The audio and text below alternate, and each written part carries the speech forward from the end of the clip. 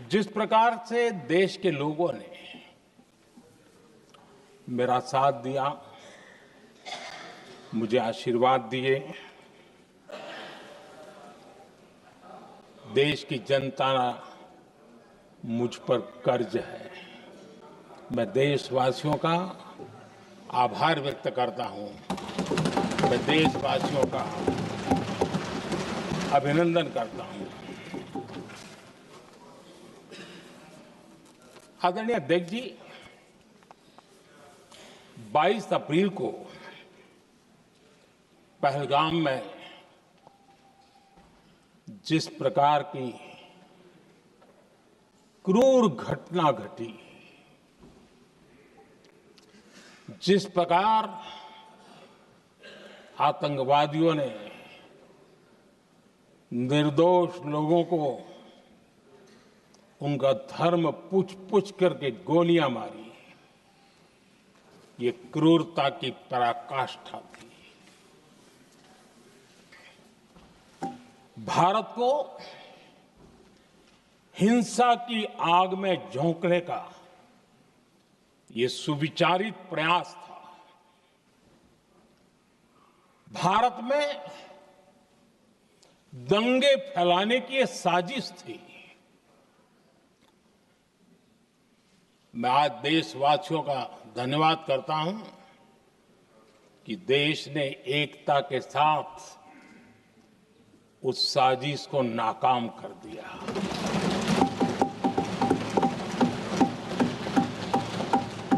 आदरणीय अध्यक्ष जी, 22 अप्रैल के बाद मैंने एक सार्वजनिक रूप से और विश्व को समझ में आए इसलिए कुछ अंग्रेजी में भी वाक्यों का प्रयोग किया था और मैंने कहा था कि हमारा संकल्प है, हम आतंकियों को मिट्टी में मिला देंगे।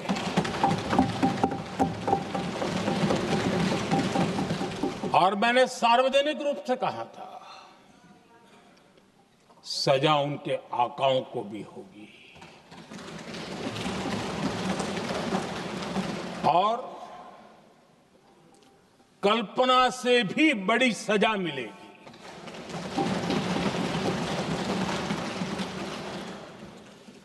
22 अप्रैल को मैं विदेश था, मैं तुरंत लौट के आया और आने के तुरंत बाद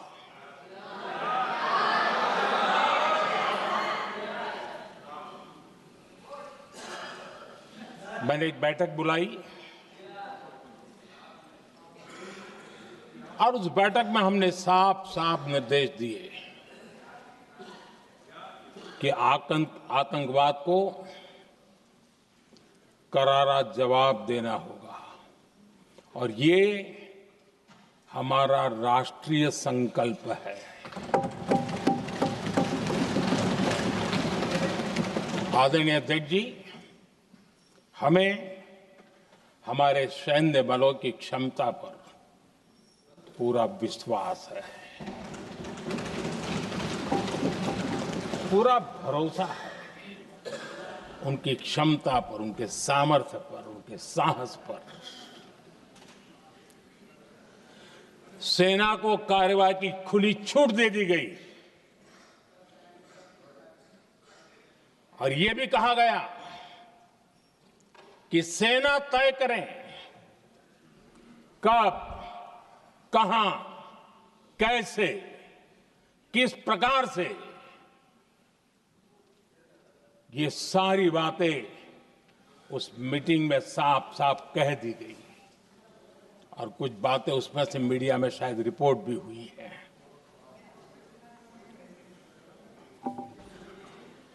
हमें गर्व है, आतंकियों को वो सजा दी और सजा ऐसी है कि आज भी आतंक के उन आकाओं की नींद उड़ी हुई है।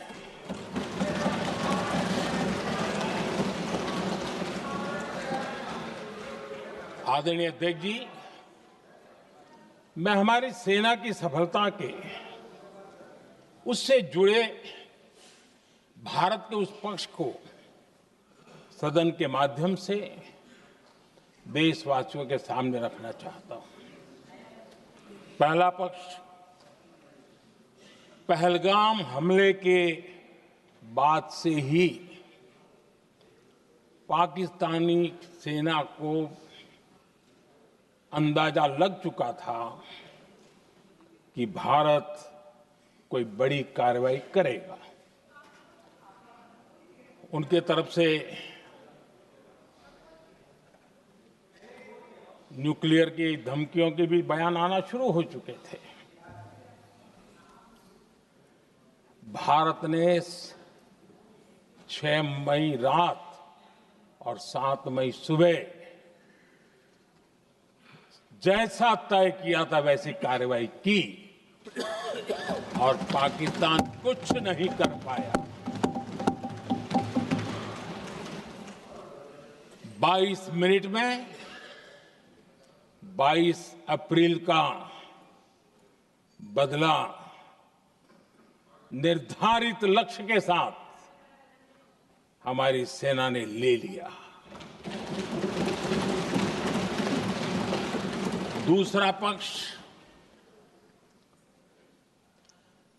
आदरणीय अध्यक्ष जी, पाकिस्तान के साथ हमारी लड़ाई तो कई बार हुई है, लेकिन ये पहली ऐसी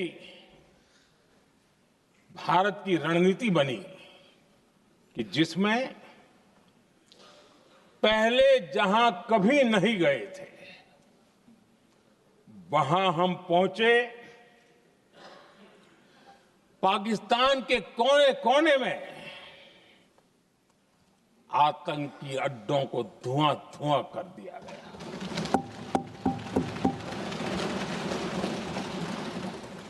आतंक के गढ़ कोई सोच नहीं सकता कि वहां तक कोई जा सकता है। बहावलपुर और मुर्गे उसको भी जमीन दोस्त कर दिया गया। आदरणीय अध्यक्ष जी, हमारे सेनाओं ने आतंकी अड्डों को तबाह कर दिया। तीसरा पक्ष, पाकिस्तान की न्यूक्लियर धमकी को हमने झूठा साबित कर दिया।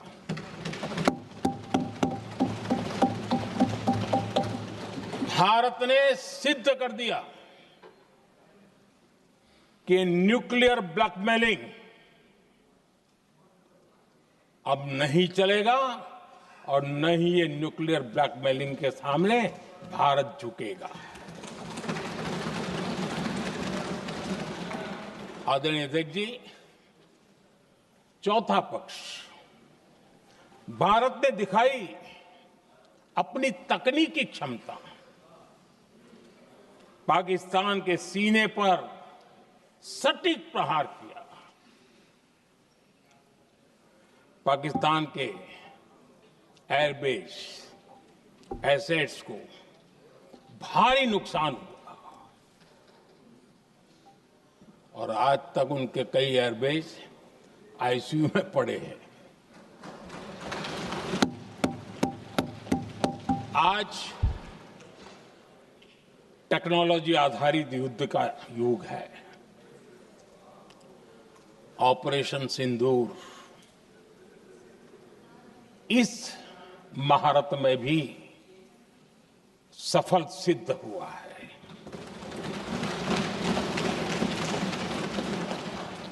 अगर पिछले 10 साल में जो हमने तैयारियां की हैं वो न की होती तो इस तकनीक के युग में हमारा कितना नुकसान हो सकता था, इसका हम अंदाज लगा सकते हैं। पांचवा पक्ष,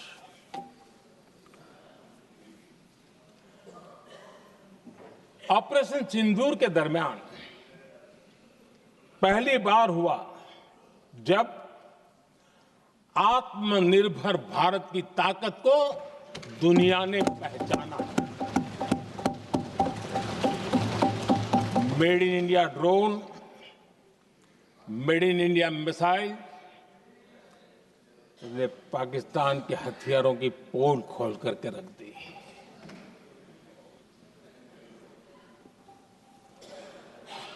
आदरणीय अध्यक्ष जी, और भी एक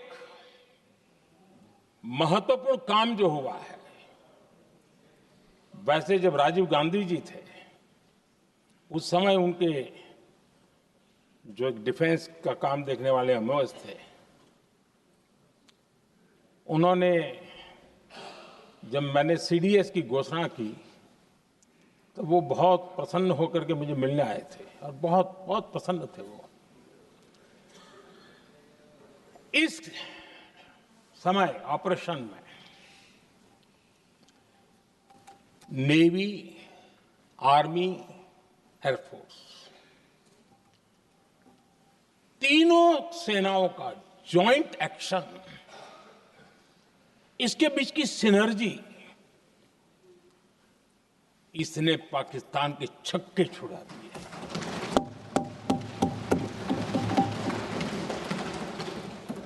आदरणीय अध्यक्ष जी, आतंक की घटनाएं पहले भी देश में होती थी, लेकिन पहले आतंकवादियों के मास्टरमाइंड निश्चिंत होते थे और वो आगे की तैयारी में लगे रहते थे, उनको पता था कुछ नहीं होगा। लेकिन अब स्थिति बदल गई है। अब हमले के बाद मास्टरमाइंड को नींद नहीं आती। उनको पता है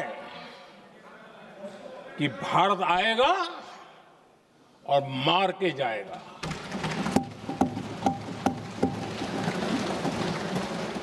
ये न्यू नॉर्मल भारत ने सेट कर दिया है।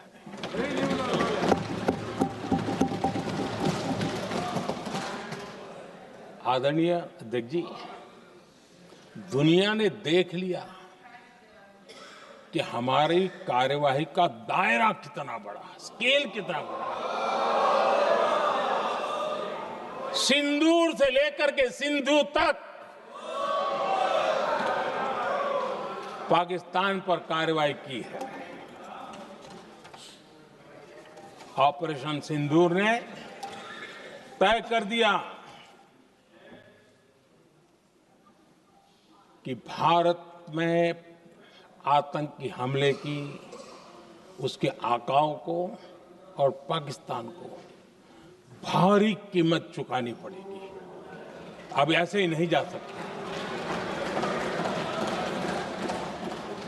आदरणीय अध्यक्ष जी, ऑपरेशन सिंदूर से स्पष्ट होता है कि भारत ने 3 सूत्र तय किए हैं।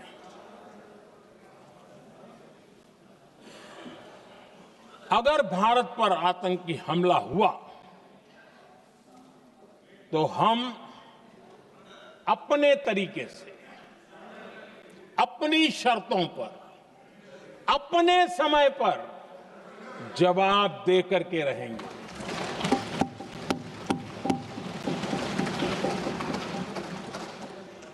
दूसरा,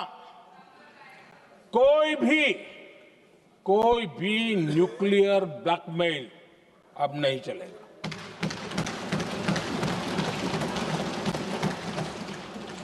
और तीसरा, हम आतंक की सरपरस्त सरकार और आतंक के आकाओं, उनको अलग अलग नहीं देखेंगे।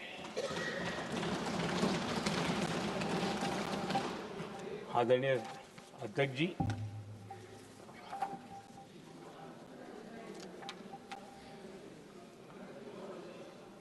यहां पर विदेश नीति को लेकर के भी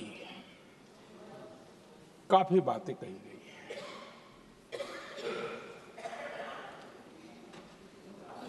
दुनिया के समर्थन को लेकर के भी काफी बातें कही गई हैं।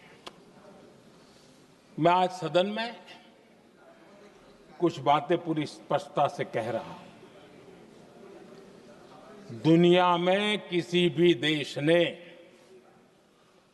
भारत को अपनी सुरक्षा में कार्रवाई करने से रोका नहीं है।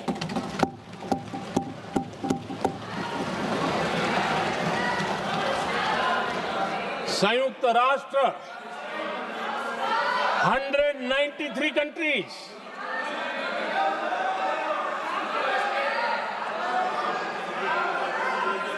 सिर्फ 3 देश 193 कंट्री में सिर्फ 3 देश ऑपरेशन सिंदूर के दौरान पाकिस्तान के समर्थन में बयान दिया था। Only 3 countries.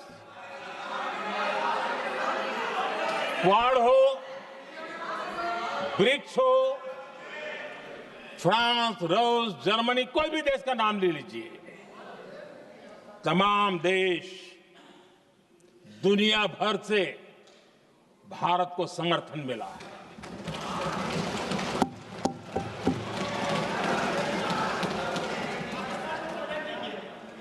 आदरणीय अध्यक्ष जी, दुनिया का समर्थन तो मिला,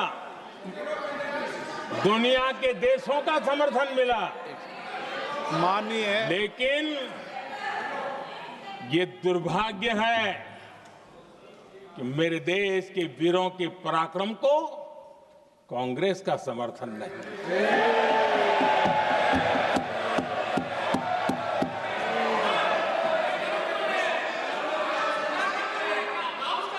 22 अप्रैल के बाद 22 अप्रैल के आतंकी हमले के बाद 3-4 दिन में ही ये उछल रहे थे और कहना शुरू कर दिया, कहां गई 56 इंच की छाती, कहां खो गया मोदी, मोदी तो फेल हो गया। क्या मजा ले रहे थे, उनको लगता है वाह बाजी मार ली। उनको पहलगाम के निर्दोष लोगों की हत्या में भी वो अपनी राजनीति तराशते थे।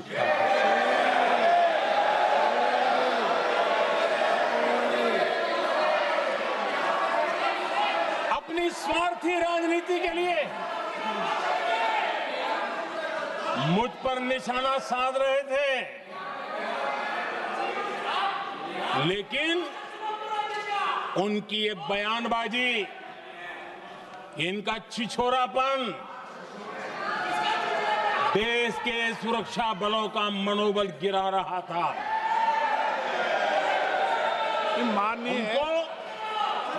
माननीय प्रतिपक्ष के नेता, 1 मिनट, प्रतिपक्ष के नेता आपकी बात अपने ध्यान से सुनिए।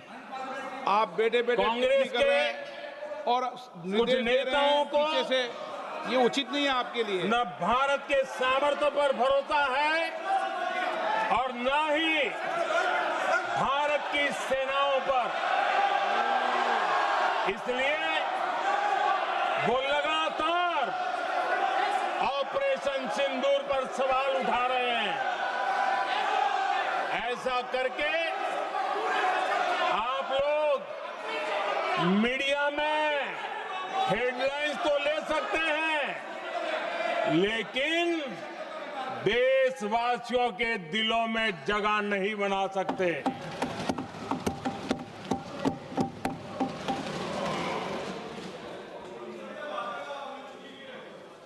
आदरणीय सभापति जी, आदरणीय अध्यक्ष जी,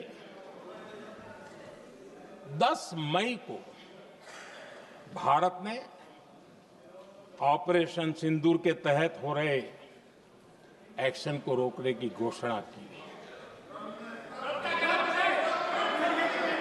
इसको लेकर यहां भांति भांति की बातें कही गई।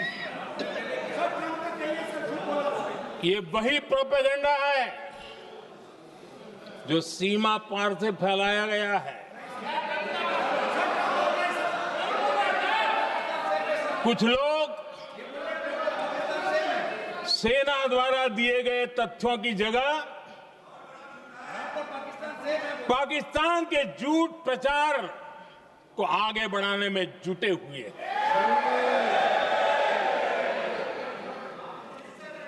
जबकि भारत का रुख हमेशा स्पष्ट रहा है।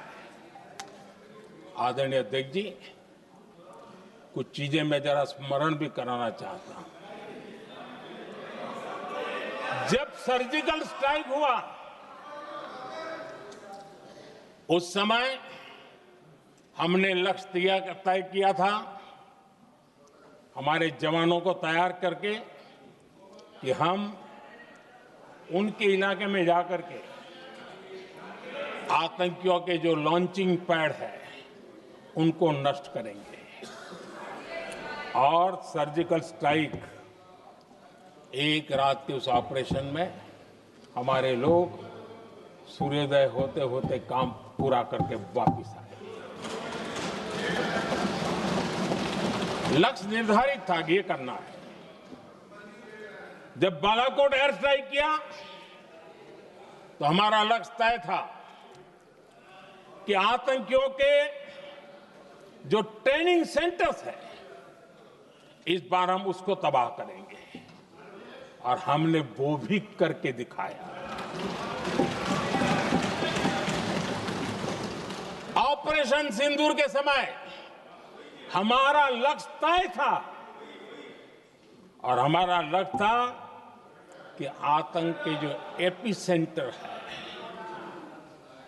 और पहलगाम के आतंकियों को जहां से पुरजोश योजना बनी, ट्रेनिंग मिली, व्यवस्था मिली, उस पर हमला करेंगे। हमने उनके नाभि पर हमला कर दिया।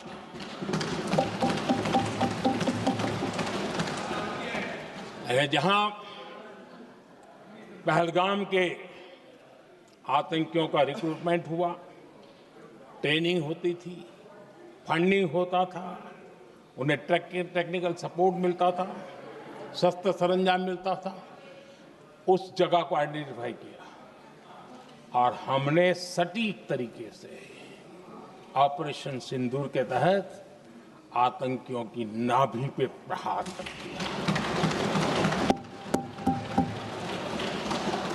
और आदरणीय अध्यक्ष जी, इस बार भी हमारी सेना ने 100% लक्ष्यों को हासिल करके देश के सामर्थ्य का परिचय दिया।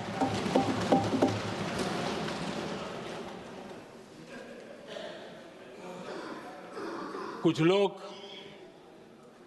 जानबूझकर के कुछ चीजें भूलने में इंटरेस्टेड होते हैं। देश भूलता नहीं है, देश को याद है। 6 रात और 7 मई सुबह ऑपरेशन हुआ था, और 7 मई को सुबह भारत ने प्रेस कॉन्फ्रेंस हमारी सेना ने की, और इस प्रेस कॉन्फ्रेंस में भारत ने स्पष्ट कर दिया था, और पहले दिन से क्लियर था कि हमारा लक्ष्य है आतंकियों के आका, आतंकियों की जो व्यवस्थाएं जहां से होती है वो, और उनके अड्डे, उनको हम ध्वस्त करना चाहते थे। और हमने प्रेस कॉन्फ्रेंस में कह दिया था, हमने हमारा काम कर दिया है, हमने जो तय किया था पूरा कर दिया है। और इसलिए 6-7 मई को ऑपरेशन हमारा संतोषजनक होने के तुरंत बाद,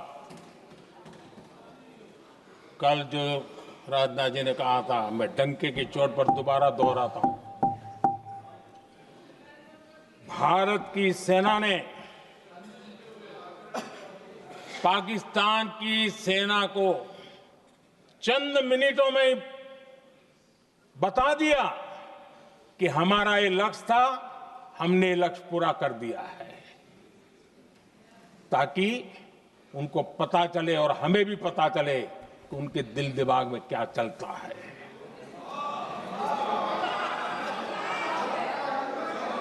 हमने अपना लक्ष्य 100% हासिल कर लिया था और पाकिस्तान में समझदारी होती तो आतंकियों के साथ खुलेआम खड़े रहने की गलती न करता। उसने निर्लज्ज होकर के आतंकवादियों के साथ खड़े रहने का फैसला किया। हम पूरी तरह तैयार थे, हम भी मौके की तलाश में थे, लेकिन हमने दुनिया को बताया था कि हमारा लक्ष्य आतंकवाद है, आतंकवादी आका है, आतंकवादी ठिकाने हैं। वो हमने पूरा कर दिया। लेकिन जब पाकिस्तान ने आतंकियों की मदद में आने का फैसला किया और मैदान में उतरने की हरकत की, तो भारत की सेना ने सालों तक याद रह जाए ऐसा करारा जवाब दे करके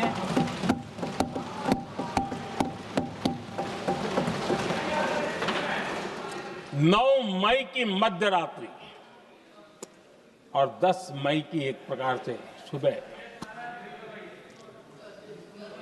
हमारी मिसाइलें उन्होंने पाकिस्तान के हर कोने में प्रचंड प्रहार किया, जिसकी पाकिस्तान ने कभी कल्पना नहीं की थी और पाकिस्तान को घुटनों पर आने के लिए मजबूर कर दिया।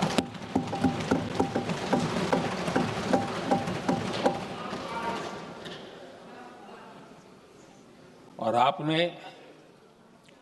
टीवी में भी देखा है, वहां से क्या बयान आते थे। पाकिस्तान के लोग, अरे मैं तो स्विमिंग पूल में नहा रहा था, कोई कह रहा था मैं तो दफ्तर जाने की तैयारी कर रहा था, हम कुछ सोचे इस पहले तो भारत ने तो हमला कर दिया। ये पाकिस्तान के लोगों के बयान है और देश ने देखे हैं। स्विमिंग पूल में नहा रहा था।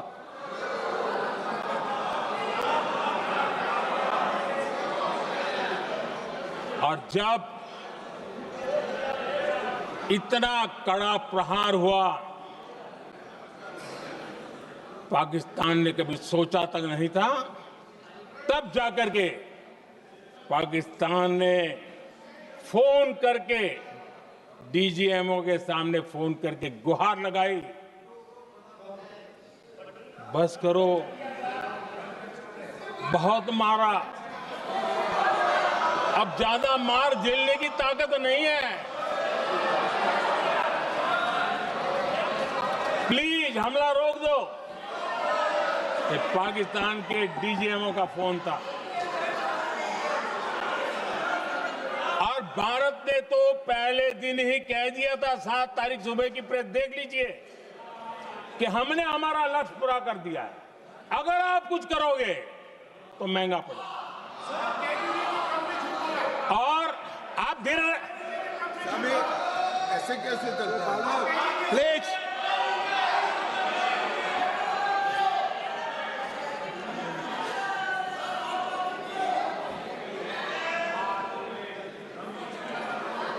मैं आज दोबारा कह रहा हूं, ये भारत की स्पष्ट नीति थी, सुविचारित नीति थी, सेना के साथ मिलकर के तय की हुई नीति थी और वे ये थी कि हम आतंक, उनके आका, उनके ठिकाने, ये हमारा लक्ष्य है।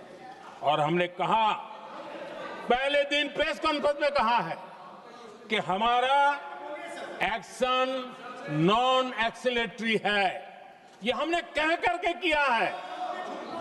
और इसके लिए साथियों हमने हमला रोका। अध्यक्ष जी, दुनिया के किसी भी नेता ने भारत के ऑपरेशन रोकने के लिए नहीं कहा।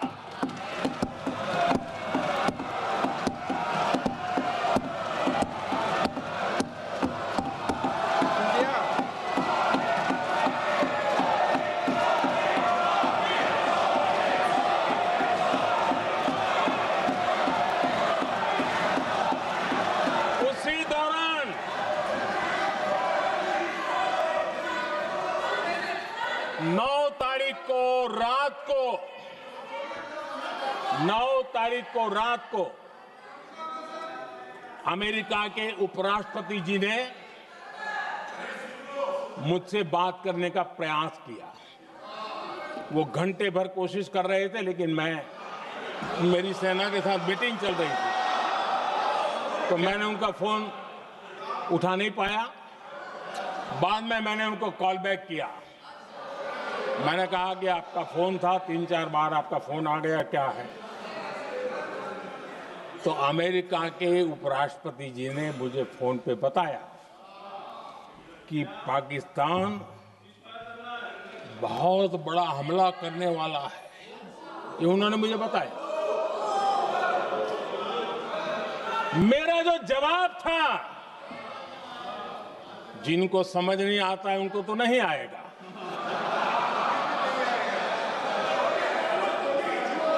मेरा जवाब था,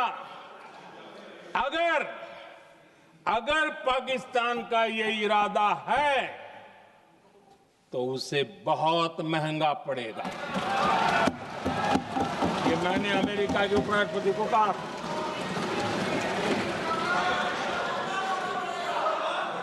अगर पाकिस्तान हमला करेगा तो हम बड़ा हमला कर करके जवाब देंगे। ये मेरा जवाब था।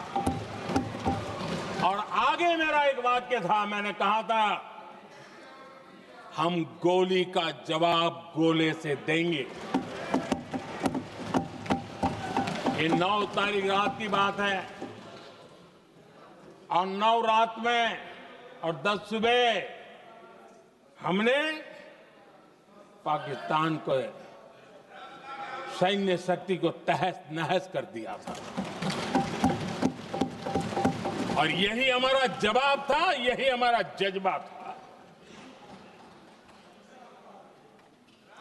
और आज पाकिस्तान भी भली भांति जान गया है कि भारत का हर जवाब पहले से ज्यादा तगड़ा होता है।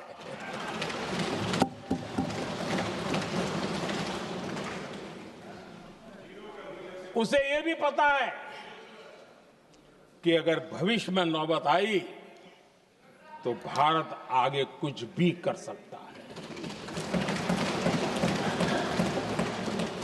और इसलिए मैं फिर से लोकतंत्र के इस मंदिर में दोहराना चाहता हूं, ऑपरेशन सिंदूर जारी है।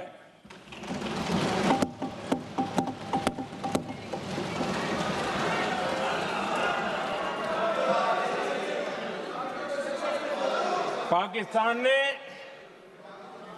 दुस्साहस की अगर कल्पना की तो उसे करारा जवाब दिया जाएगा।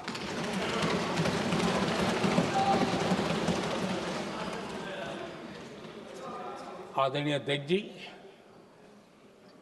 आज का भारत आत्मविश्वास से भरा हुआ है। आज का भारत आत्मनिर्भरता के मंत्र को लेकर के पूरी शक्ति के साथ तेज गति से आगे बढ़ रहा है। देश देख रहा है भारत आत्मनिर्भर बनता जा रहा है। लेकिन देश ये भी देख रहा है कि एक तरफ तो भारत आत्मनिर्भरता की ओर तेज गति से आगे बढ़ रहा है, लेकिन कांग्रेस मुद्दों के लिए पाकिस्तान पर निर्भर होती जा रही है।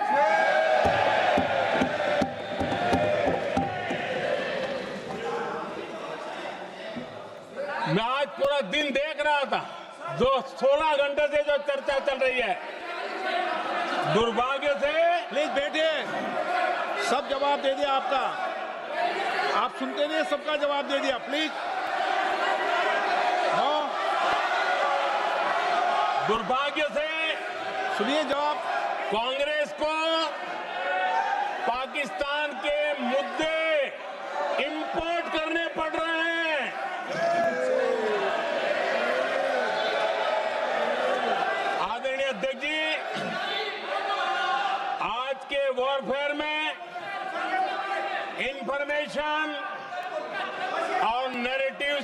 प्लीज बैठिए। बहुत बड़ी भूमिका है।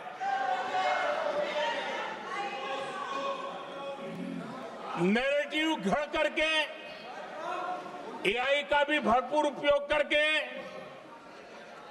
सेनाओं के मनोबल को कमजोर करने के खेल भी खेले जाते हैं। जनता के अंदर अविश्वास पैदा करने के भी भरपूर प्रयास होते हैं। दुर्भाग्य से कांग्रेस और उसके सहयोगी पाकिस्तान के ऐसे ही प्रपंच के प्रवक्ता बन चुके हैं।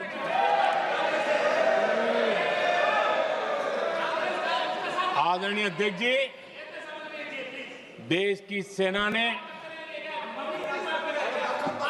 आदरणीय अध्यक्ष जी, ये तरीका है देश आपका? की सेना ने, बैठिए बैठिए।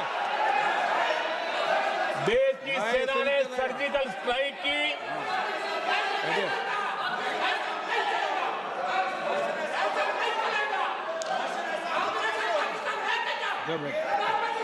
बैठिए बैठिए।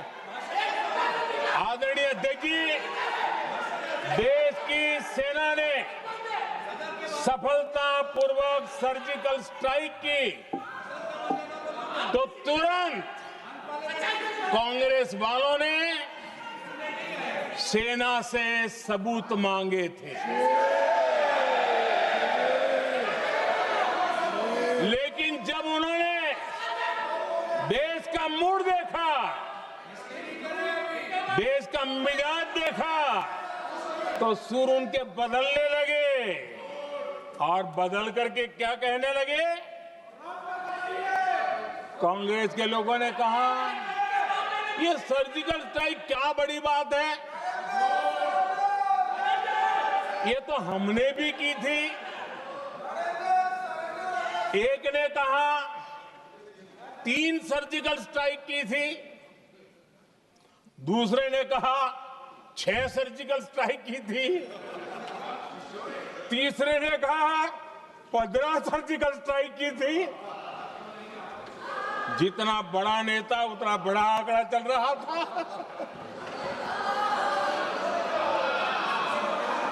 आदरणीय अध्यक्ष जी, इसके बाद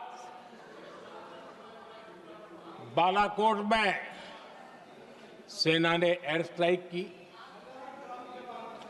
अब एयर स्ट्राइक तो ऐसी थी कि वो कुछ कह नहीं सकते थे, इसलिए ये तो नहीं कहा कि भाई हमने भी की थी। उसमें तो उन्होंने समझदारी दिखाई, लेकिन फोटो मांगने लगे। एयर स्ट्राइक हुई तो फोटो दिखाओ, क्या कहां गिरा, क्या तोड़ा, कितने मरे, बस यही पूछते रहे। पाकिस्तान भी यही पूछता था, ये भी यही पूछते थे। इतना ही नहीं, आदरणीय अध्यक्ष जी, जब पायलट अभिनंदन पकड़े गए तो पाकिस्तान में तो खुशी का माहौल होना स्वाभाविक था कि उनके हाथ में भारतीय सेना का एक पायलट उनके हाथ लगा था। लेकिन यहां पर भी कुछ लोग थे जो कानों कानों में कह रहे थे, अब मोदी फंसा, अब अभिनंदन वहां आए, मोदी ला करके दिखा दे, अब देखते हैं मोदी क्या करता है। आज डंके की चोट पर अभिनंदन वापिस आए।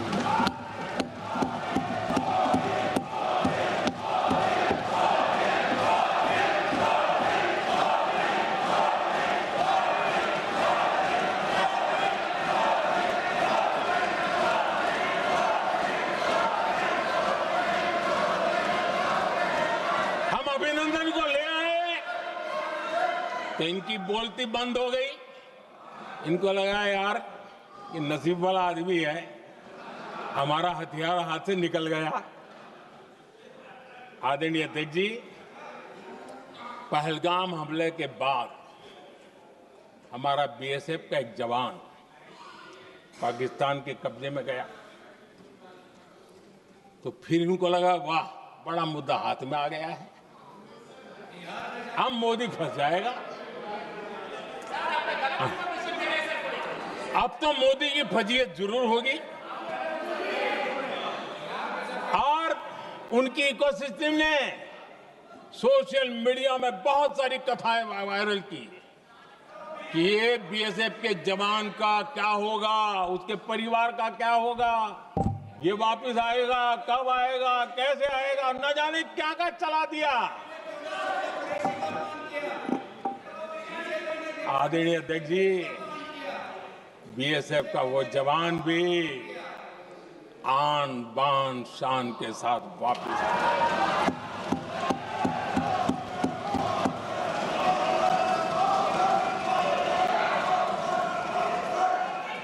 आतंकवादी रो रहे हैं, आतंकवादियों के आका रो रहे हैं और उनको रोते देखकर यहां भी कुछ लोग रो रहे हैं।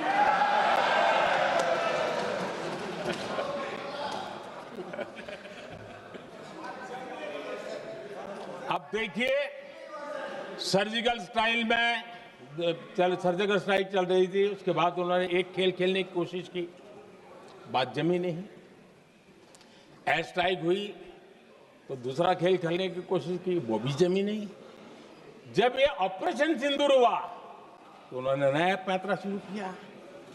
और क्या शुरू किया? रोक क्यों दिया? पहले तो मानने को तैयार नहीं थे कि मुक्त करते, अब कहते रोक क्यों दिया। वाहरे बयान बहादुरों,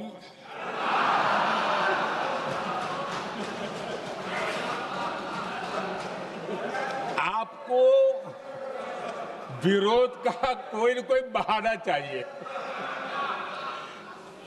और इसलिए सिर्फ मैं नहीं, पूरा देश आप पर हंस रहा है।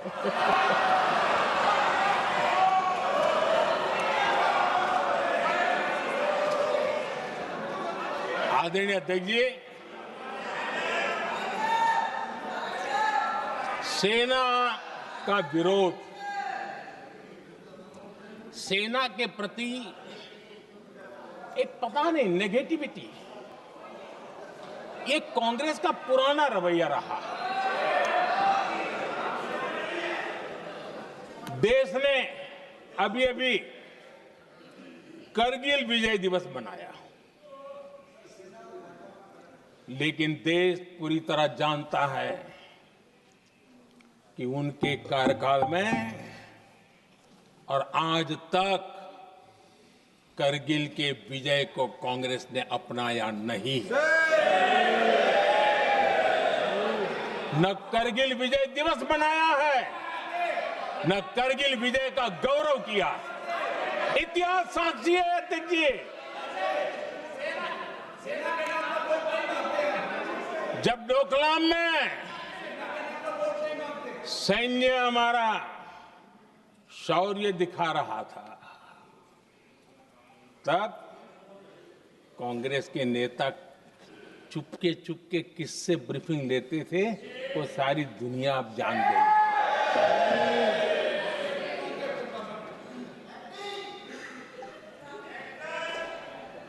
आप निकाल दीजिए पाकिस्तान के सारे बयान और यहां हमारा विरोध करने वाले लोगों के बयान, फुल स्टॉप कॉमा के साथ एक है। क्या कहेंगे इसको? और बुरा लगता है सच बोलते हैं तो। पाकिस्तान के साथ सुर में सुर मिला दिया जाता है। आदरणीय अध्यक्ष जी, देश हैरान है, कांग्रेस ने पाकिस्तान को क्लीन चिट दे दी है।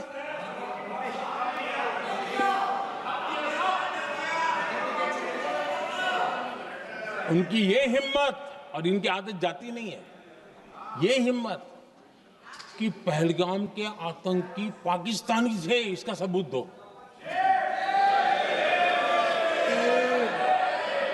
क्या कह रहे हो तुम लोग? तो कौन सा तरीका है? और यही मांग पाकिस्तान कर रहा है जो कांग्रेस कर रही है।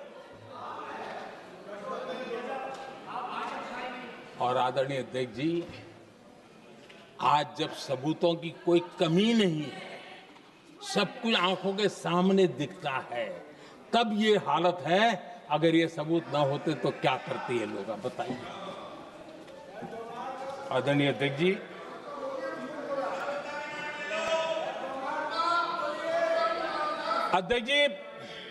ऑपरेशन सिंदूर के एक पार्ट की तरफ तो चर्चा भी बहुत होती है, ध्यान भी जाता है, लेकिन देश के लिए कुछ गौरव की क्षणें होती हैं, ताकत की परिचय होता है, उसकी तरफ भी ध्यान जाना बहुत आकर्षित है। हमारे एयर डिफेंस सिस्टम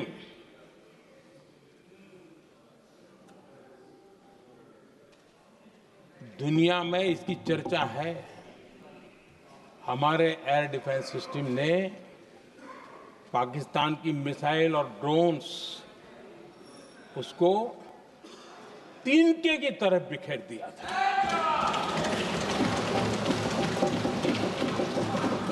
आदरणीय अध्यक्ष जी, मैं एक आंकड़ा आज बताना चाहता हूं, पूरा देश गर्व से भर जाएगा। कुछ लोगों का क्या होगा मैं नहीं जानता, पूरा देश गर्व से भर जाएगा। 9 मई को पाकिस्तान ने करीब 1000 मिसाइलों और आर्म्ड ड्रोन्स के भारत पर बहुत बड़ा हमला करने की कोशिश की।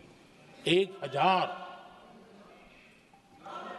ये मिसाइलें भारत के किसी भी हिस्से पर गिरती तो वहां भयंकर तबाही मचती, लेकिन 1000 मिसाइल्स और ड्रोन्स को भारत ने आसमान में ही चूर चूर कर दिया।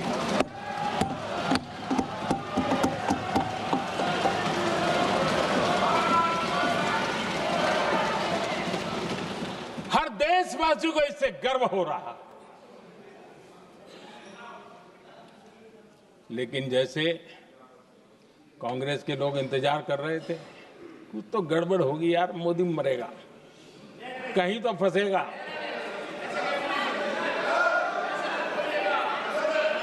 पाकिस्तान ने आदमपुर एयरबेस पर हमले का झूठ फैलाया, उस झूठ को बेचने की भरपूर कोशिश की, पूरी ताकत दी लगा दी। मैं अगले ही दिन आदमपुर पहुंचा और खुद जाकर के उनके झूठ को मैंने बेनकाब कर दिया। तब जाकर के उनको अकल ठिकाने लगी कि अब ये झूठ चलने वाला नहीं है। आदरणीय अध्यक्ष जी, जो हमारे छोटे दलों के साथी हैं, जो राजनीति में नए हैं, उनको कभी शासन में रहने का अवसर नहीं मिला, उनसे कुछ बातें निकलती मैं समझ सकता हूं, लेकिन कांग्रेस पार्टी ने इस देश में लंबे समय तक राज किया है, उसको शासन की व्यवस्थाओं का पूरा पता है, उन चीजों से वो निकले हुए लोग हैं, उनके लिए शासन व्यवस्था क्या होती इसकी समझ पूरी है, अनुभव है उनके पास। उसके बाद भी विदेश मंत्रालय तुरंत जवाब दे, उसको स्वीकारना नहीं, विदेश मंत्री जवाब दे, इंटरव्यू दे, बार बार बोले, उसको स्वीकारना नहीं, गृह मंत्री बोले, रक्षा मंत्री बोले, किसी पर भरोसा नहीं। जिसने इतने सालों तक राज किया, उनको देश की व्यवस्थाओं पर अगर भरोसा नहीं है, तब शक उठता है कि क्या हालत हो गई है इनकी। आदरणीय अध्यक्ष जी, अब कांग्रेस का भरोसा पाकिस्तान के रिमोट कंट्रोल से बनता है और बदलता है।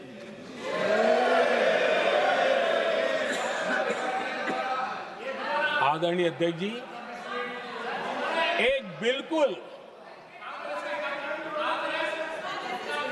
बिल्कुल कांग्रेस के नए सदस्य, यानी उनको तो क्षमा करनी चाहिए, नए सदस्य को क्या कहेंगे, लेकिन कांग्रेस के आका जो उनको लिख करके देते हैं और उनसे बुलवाते हैं, खुद में हिम्मत नहीं है, उनसे बुलवाते हैं कि ऑपरेशन सिंदूर ये तो तमाशा था,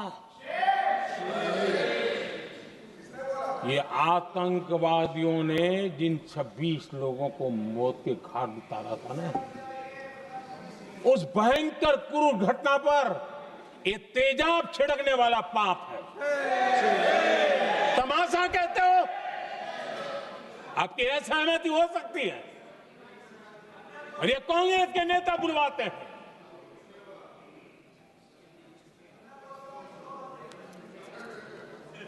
आदरणीय अध्यक्ष जी, पहलगाम के हमलावरों को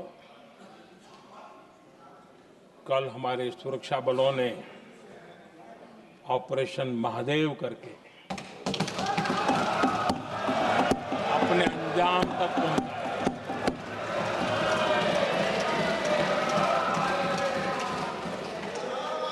लेकिन मैं हैरान हूं, यहां ठहाके लगा के पूछा गया कि आखिर ये कल ही क्यों हुआ।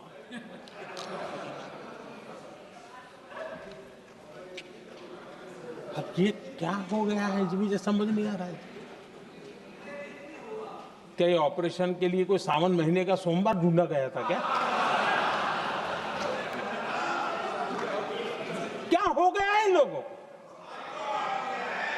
हताशा, निराशा इस हद तक।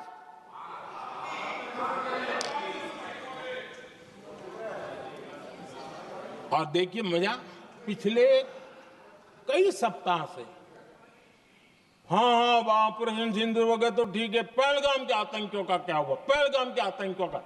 अब हुआ तो कल क्यों हुआ?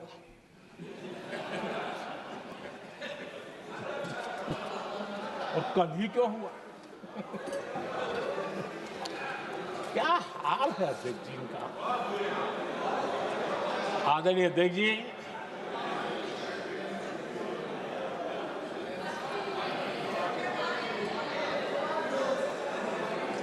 आदरणीय अध्यक्ष जी, शास्त्रों में कहा गया है, हमारे शास्त्रों में कहा गया है, शस्त्रेण रक्षिते राष्ट्रे, शस्त्रेण रक्षिते राष्ट्रे शास्त्र चर्चा प्रवर्तते। अर्थात जब राष्ट्र शस्त्र से सुरक्षित होते हैं तभी वहां शास्त्र की, ज्ञान की चर्चाएं जन्म ले पाती है। जब सीमा पर सेनाएं मजबूत होती है तभी लोकतंत्र प्रखर होता है। आदरणीय अध्यक्ष जी, ऑपरेशन सिंदूर बीते दशक में भारत की सेना के सशक्तिकरण का एक साक्षात प्रमाण है। ऐसे ही नहीं हुआ है। कांग्रेस के शासन के दौरान सेनाओं को आत्मनिर्भर बनाने के संबंध में सोचा तक नहीं जाता था। आज भी आत्मनिर्भर शब्द की मजाक उड़ाई जाती है। वैसे वो महात्मा गांधी से आया हुआ है, लेकिन आज भी मजाक उड़ाई जाती है। हर रक्षा सौदे में कांग्रेस अपने मौके खोजती रहती थी।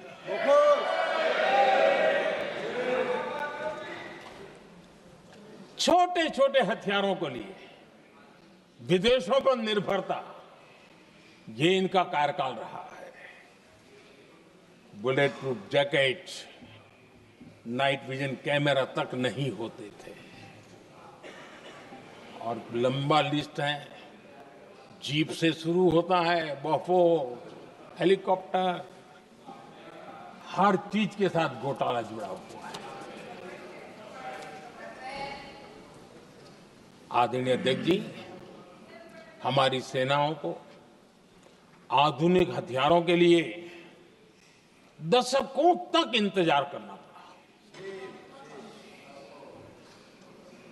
आजादी के पहले और इतिहास गवाह एक जमाना था जब डिफेंस मैन्युफैक्चरिंग में भारत का आवाज सुनाई देती थी। जिस समय तलवारों से लड़ा जाता था ना, तब भी तलवारें भारत की श्रेष्ठ मानी जाती थी। हम डिफेंस के इक्विपमेंट में आगे थे। लेकिन आजादी के बाद जो एक मजबूत डिफेंस इक्विपमेंट मैन्युफैक्चरिंग का हमारा दायरा था, जो हमारा पूरा इकोसिस्टम था, उसको सोच समझ करके तबाह कर दिया गया, उसको दुर्बल किया गया।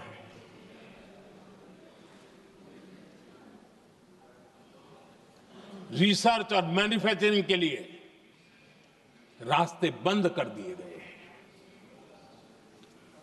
अगर इसी नीति पर हम चलते तो भारत इस 21वीं सदी में ऑपरेशन सिंदूर के संबंध में सोच भी नहीं सकता।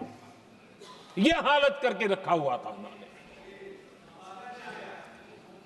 भारत को सोचना पड़ता कि अगर कोई एक्शन लेना है तो शस्त्र कहां से मिलेंगे, साधन कहां से मिलेगा, बारूद कहां से मिलेगा, समय पर मिलेगा या नहीं मिलेगा, बीच बचाव में रुक तो नहीं जाएगा। ये टेंशन पालना पड़ता है।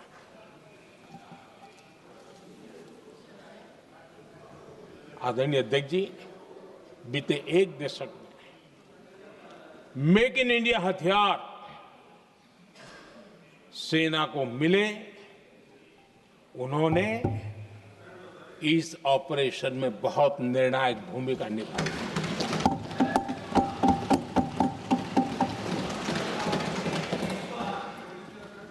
आदरणीय अध्यक्ष जी, एक दशक पहले भारत के लोगों ने संकल्प लिया, हमारा देश सशक्त, आत्मनिर्भर और आधुनिक राष्ट्र बने। रक्षा, सुरक्षा, हर क्षेत्र में बदलाव के लिए एक के बाद एक ठोस कदम उठाए गए, सीरीज ऑफ रिफॉर्म्स किए गए और देश में सेना में जो रिफॉर्म्स हुए हैं, जो आजादी के बाद पहली बार हुए। चीफ ऑफ डिफेंस स्टाफ की नियुक्ति, ये विचार कोई नया नहीं था, दुनिया में प्रयोग भी चलते हैं, भारत में निर्णय नहीं होते थे।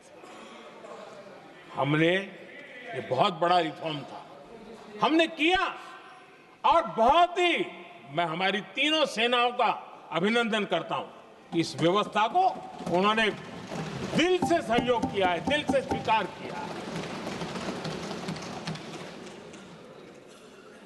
सबसे बड़ी ताकत जॉइंटनेस और इंटीग्रेशन की। इस समय नेवी हो, एयरफोर्स हो, आर्मी हो, ये इंटीग्रेशन और जॉइंटनेस ने हमारी ताकत को अनेक गुना बढ़ा दिया और उसका परिणाम भी हमें नजर में आया है। ये हमने करके दिखाया। सरकार की जो डिफेंस प्रोडक्शन की कंपनियां थी, उसमें हमने रिफॉर्म किए। शुरुआत में वहां पर आग लगाना, आंदोलन करवाना, हड़तालें करवाने के खेल चल रहे थे, अभी भी बंद नहीं हुए हैं। लेकिन देश हित को सर्वोपरि मान करके उन डिफेंस इंडस्ट्री के हमारे जो लोग थे सरकारी व्यवस्था में, उन्होंने इसको मन से लिया, रिफॉर्म को स्वीकार किया और वो भी आज बहुत प्रोडक्टिव बन गए। इतना ही नहीं, हमने प्राइवेट सेक्टर के लिए भी डिफेंस के दरवाजे खोल दिए हैं और आज भारत का प्राइवेट सेक्टर आगे आ रहा है। आज स्टार्टअप्स डिफेंस के क्षेत्र में हमारे 27-30 साल के नौजवान, टियर 2, टियर 3 सिटी के नौजवान कई कुछ जगह तो बेटियां स्टार्टअप का नेतृत्व कर रही है। डिफेंस के सेक्टर में सैकड़ों की तादाद में आज स्टार्टअप काम कर रहे हैं। ड्रोन्स, एक प्रकार से मैं कह सकता हूं, ड्रोन्स की जितनी भी एक्टिविटी हमारे देश में हो रही है, शायद एवरेज 30-35 की उम्र होगी जो लोग कर रहे हैं, सारे लोग, और सैकड़ों की तादाद में कर रहे हैं। और उसका ताकत, क्योंकि इनका भी योगदान था इसमें, जिन्होंने इस प्रकार के प्रोडक्शन किए हैं, और वो हमें ऑपरेशन सिंदूर में बहुत काम आए। मैं उन सबके प्रयासों को बहुत साधुवाद करता हूं और मैं उनको विश्वास दिलाता हूं, आगे बढ़िए, अब देश रुकने वाला नहीं है। आदरणीय अध्यक्ष जी, डिफेंस सेक्टर में मेक इन इंडिया ये नारा नहीं था। हमने इसके लिए बजट पॉलिसी में जो परिवर्तन करना था, जो नए इनिशिएटिव ले रहे थे, वो नए इनिशिएटिव लिए। और सबसे बड़ी बात, क्लियर कट विजन के साथ हमने देश में make in India defence sector के अंदर तेज गति से हम आगे बढ़ रहे हैं। आदरणीय अध्यक्ष जी, एक दशक में डिफेंस का बजट लगभग पहले से 3 गुना हुआ है। डिफेंस प्रोडक्शन में करीब 250% वृद्धि हुई है, 250% वृद्धि हुई है। 11 वर्षों में डिफेंस एक्सपोर्ट 30 गुना से भी ज्यादा बढ़ा है, 30 गुना से ज्यादा। डिफेंस एक्सपोर्ट आज दुनिया के करीब 100 देशों तक हम पहुंचे। और आदरणीय अध्यक्ष जी, कुछ चीजें ऐसी होती हैं जो इतिहास में बहुत बड़ा प्रभाव छोड़ती हैं। ऑपरेशन सिंदूर ने डिफेंस का जो मार्केट है उसमें भारत का झंडा गाड़ दिया है। भारत के हथियारों की डिमांड आज बढ़ती चली जा रही है, मांग बढ़ रही है।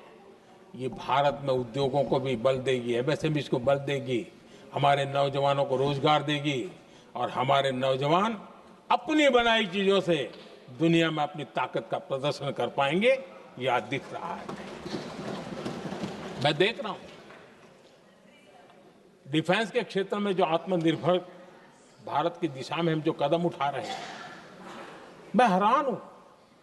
कुछ लोगों को आज भी तकलीफ हो रही है, जैसे उनका खजाना लूट गया। ये कौन सी मानसिकता है? देश को ऐसे लोगों को पहचानना होगा।